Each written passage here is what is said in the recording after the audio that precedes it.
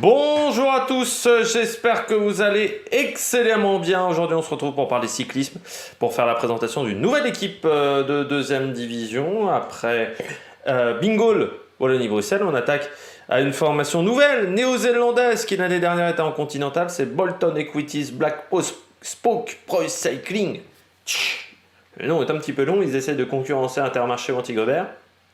Non, Intermarché Circus Wanty. Je vais avoir du mal avec ce nom-là.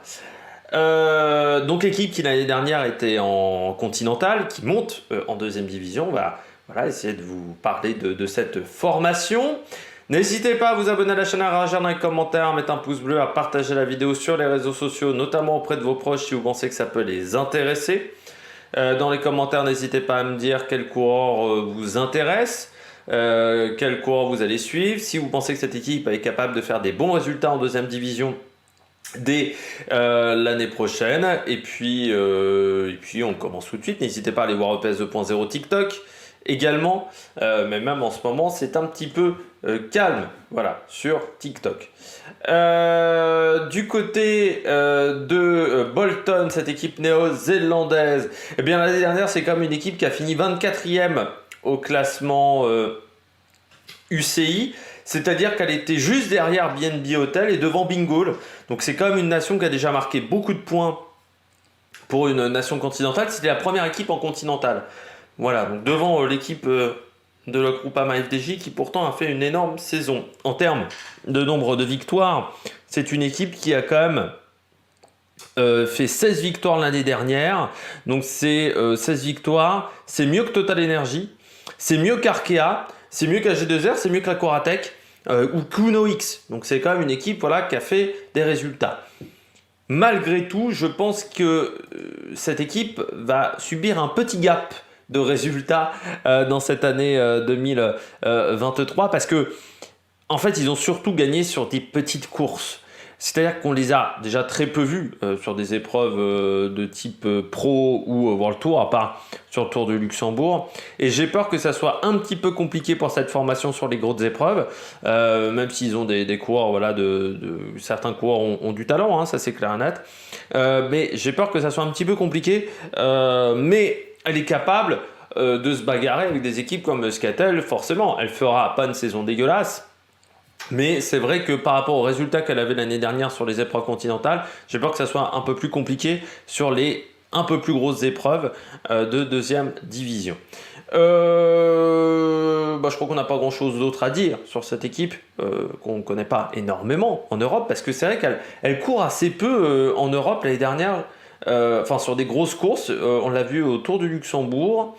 Au Tour de Belgique également où elle a été présente et sur la Poly-Normande aussi où elle était là, mais c'est vrai que c'est pas l'équipe qu'on voit le plus en Europe, tout simplement parce que le voyage est déjà assez compliqué, hein. C'est vrai que quand vous êtes néo-zélandais et eux ils sont basés en Nouvelle-Zélande, aller en Europe demande tout de suite beaucoup d'argent.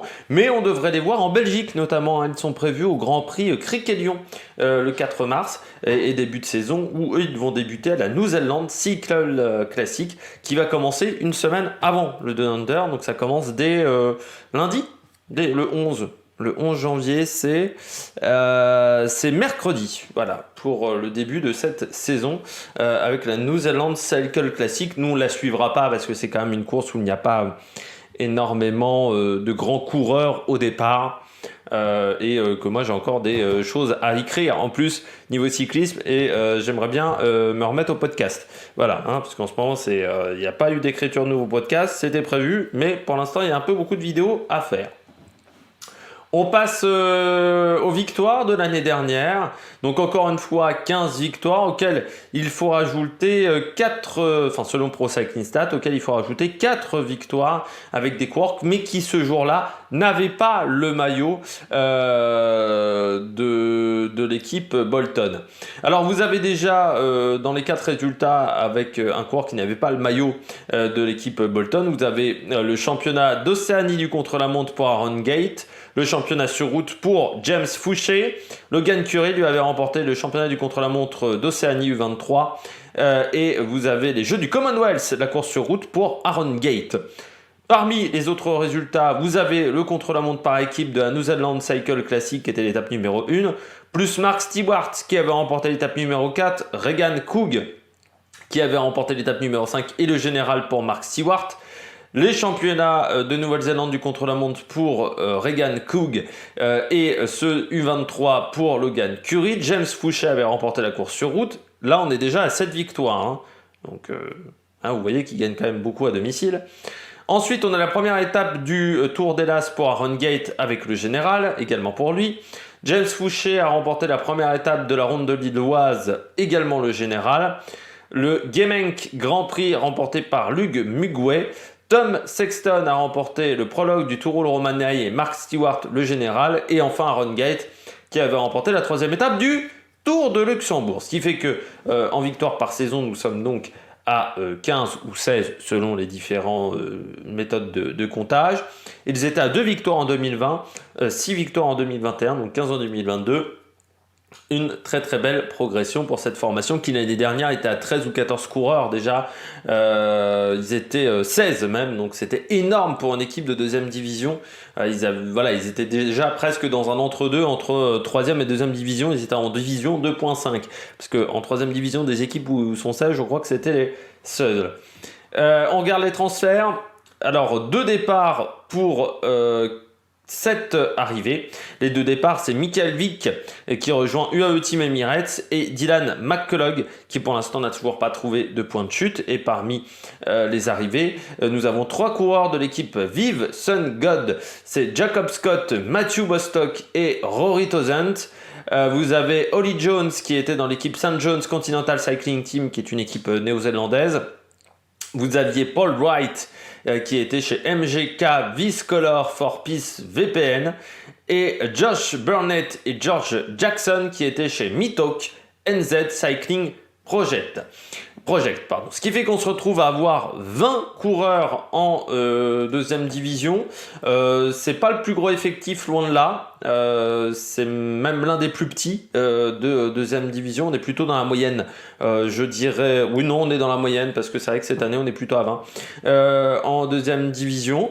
Le plus jeune coureur à 19 ans, c'est Mitchell Fitzsimmons et le plus âgé est Aaron Gate qui a 32 ans. Un seul coureur a plus de 30 ans et 10 coureurs ont moins de 25 ans dans cet effectif. On regarde tout de suite les coureurs à suivre dans cette formation. Le premier coureur, c'est Aaron Gate, c'est le leader de cette formation. Aaron Gate qui a connu la deuxième division à l'époque de Aqua Blue Sport, qui a également couru chez An Post, chez Evo Pro Racing et qui depuis le début de cette équipe est chez Black Spoke.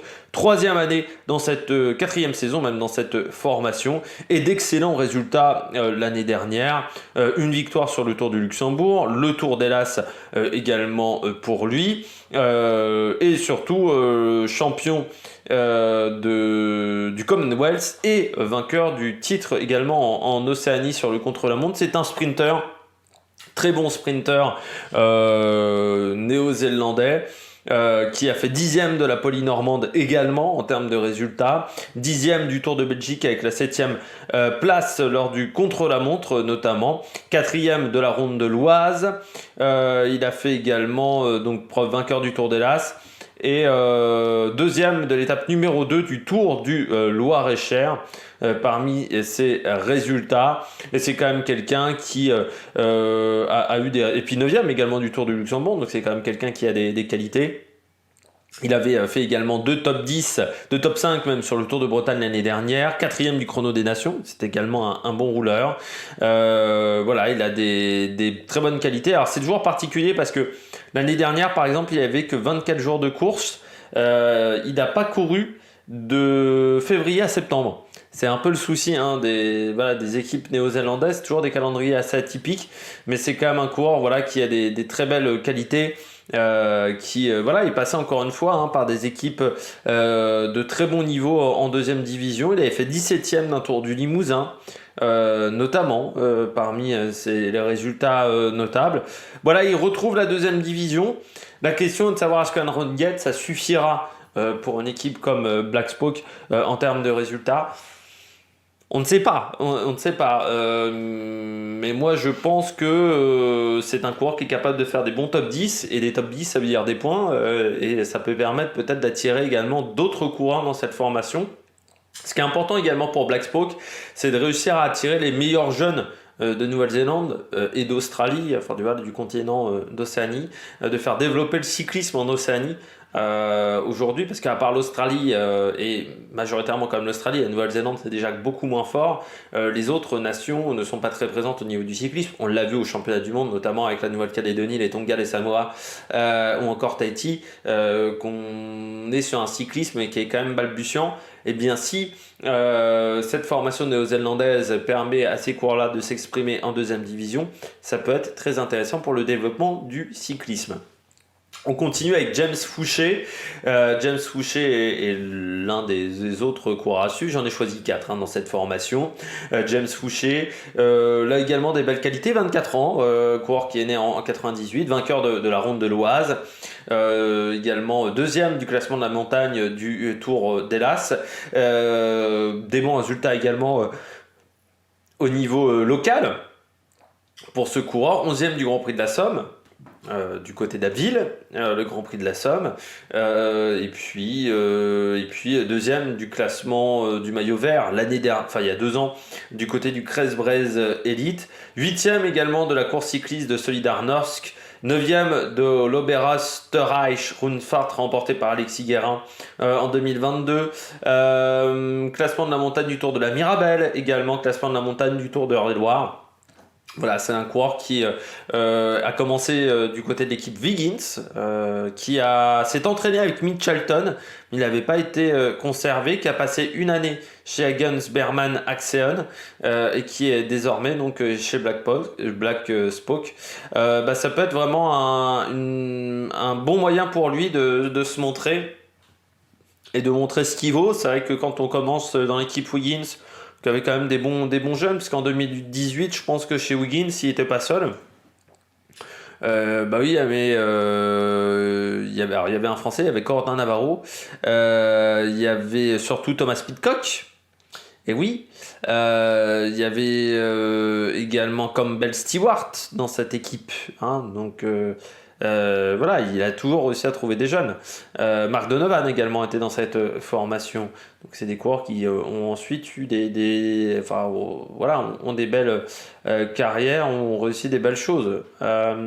Donc c'est intéressant de voir ce qu'il est capable de faire désormais ce coureur. S'il est capable de réussir à avoir des bons résultats.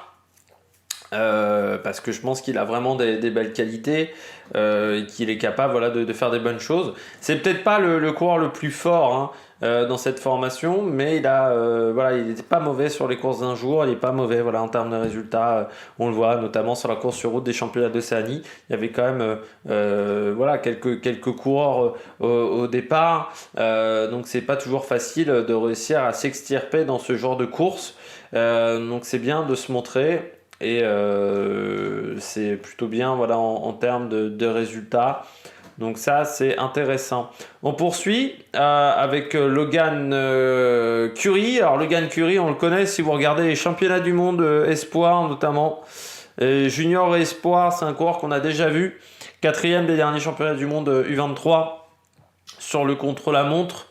C'est un très bon rouleur. Voilà. C'est vraiment un coureur de contre-la-montre. Il a fini l'année dernière derrière Varenskold, le Norvégien, Sigert, Leo Etter. Devant Michel Esman, devant Eddie Le Vitouz notamment, devant Lorenzo Milesi également l'Italien. Donc c'est plutôt bien comme type de résultat pour Logan Curry, qui a également fait 11e du général du Crest-Braise Elite. Également 4e du Tour de la Mirabelle en termes de résultats. C'est un coureur qui est vraiment un très bon coureur de contre-la-montre.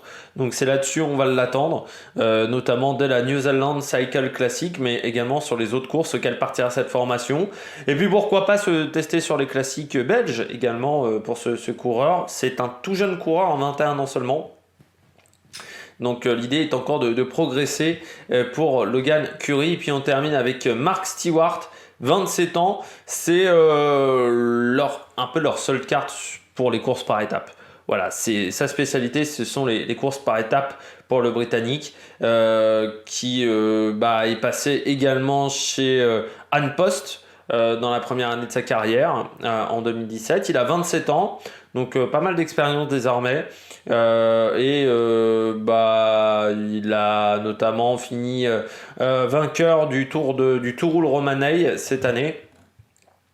14e du jeu du Commonwealth sur le contre-la-montre, 3e du Tour d'Hellas, vainqueur de la New Zealand Cycling Classic, et puis l'année dernière, en 2021, il avait fait que la New Zealand Cycle Classic chez Ribble. Voilà, il était dans une autre formation, mais voilà, c'est un coureur qui là aussi va avoir pour objectif de marquer des points pour cette formation, de montrer que cette formation existe. Il a fait sa meilleure saison l'année dernière, où il a eu des bons résultats. Donc lui aussi, il a pour objectif de faire des bons résultats en deuxième division. Pourquoi pas réussir à courir autour de Grande-Bretagne. Ça serait également une belle chose pour lui qui est né à Dundee. Donc voilà, c'est un coureur qui a le même objectif que ses coéquipiers, se montrer qu'ils ne sont pas là par hasard, montrer que certes, il y a une marche entre le Continental et le Pro Team, mais que cette marche n'est pas impossible à passer pour les coureurs de cette formation. On passe au maillot. Le maillot est une évolution. Le maillot de cette équipe est une évolution de leur maillot de l'année dernière. C'est-à-dire qu'il y a toujours du violet et du jaune, comme la saison dernière. Sauf que le jaune est un peu plus discret, un peu mieux inséré dans le maillot que l'année dernière. Moi, je trouve que c'est un maillot qui est intéressant. Alors, c'est vrai qu'on risque de le confondre avec l'équipe Burgos, voilà, qui a également un maillot violet. Mais je trouve que c'est plutôt bien fait. Et puis, ça change des couleurs qu'on a l'habitude de voir. Le bleu, le rouge, overdose. Donc là, voilà, on a un maillot qui est différent. C'est assez intéressant du côté de cette équipe. J'espère que vous avez aimé cette vidéo. Si vous avez aimé cette vidéo, n'hésitez pas à vous abonner à la chaîne, à réagir dans les commentaires, à mettre un pouce bleu, à partager la vidéo sur les réseaux sociaux, notamment auprès de vos proches si vous pensez que ça peut les intéresser. Et puis nous, on se retrouve pour de nouvelles aventures sur l'Amérique Production. Ciao, ciao!